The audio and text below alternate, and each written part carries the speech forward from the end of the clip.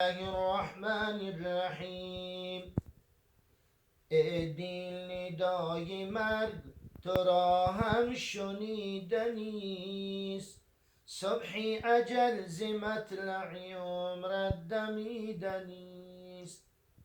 بر تخت ناز بالش ابریشمین مناز، تنها به جای تنگ تو را آرمیدنیست.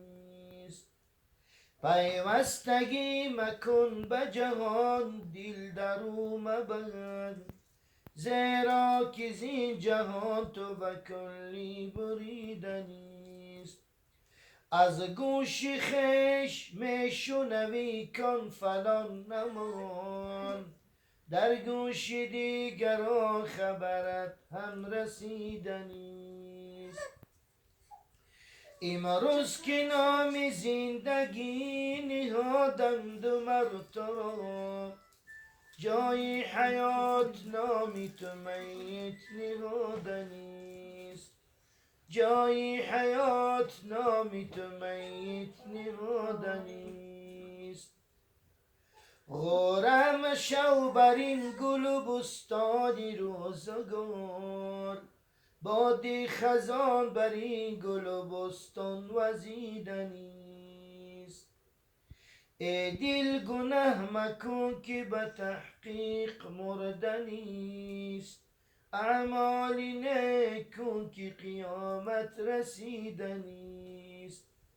بر پول صراط و دوزخت افتد گذر یقین، اندازه گناه و ثوابت کشیدنیست.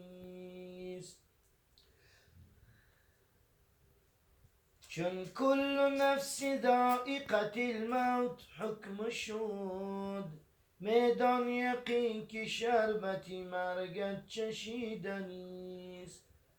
چیز شکار کن که به میدان روزگار، این مرکبی حیات ندایم دویدنیست.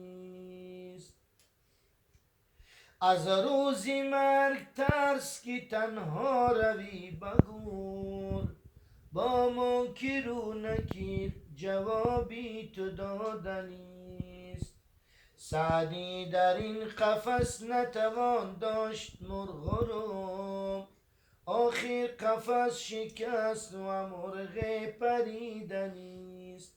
اللهم صل على محمد و على آل محمد و سلم.